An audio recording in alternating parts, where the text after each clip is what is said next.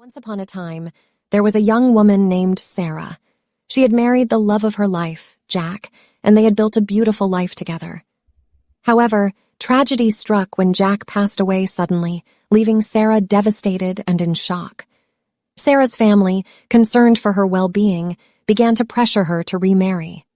They felt that it was the best thing for her and that it would help her move on from Jack's death. But Sarah couldn't bring herself to even think about being with another man. Her grief was too raw, and the thought of marrying anyone else made her feel sick to her stomach.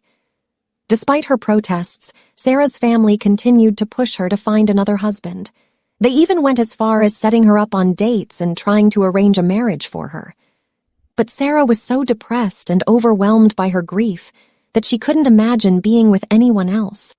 She felt like she was betraying Jack's memory by even considering it. As time passed, Sarah's depression only deepened. She became withdrawn and stopped interacting with her family and friends. She felt like she was stuck in a nightmare and that there was no way out. Finally, Sarah's family realized that they had been going about things all wrong. They had been so focused on trying to fix her that they hadn't been listening to her needs. They sat down with Sarah and had an honest conversation about how she was feeling. For the first time in a long time, Sarah felt like someone was actually listening to her. She talked about how much she missed Jack and how scared she was to move on without him. Her family listened and empathized with her, and they all agreed that Sarah didn't need to rush into another marriage.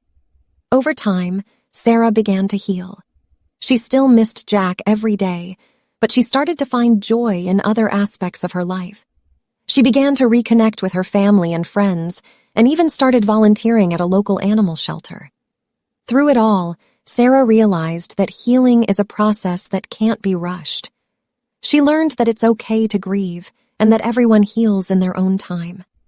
And while she may never fully get over Jack's death, she knew that he would always hold a special place in her heart.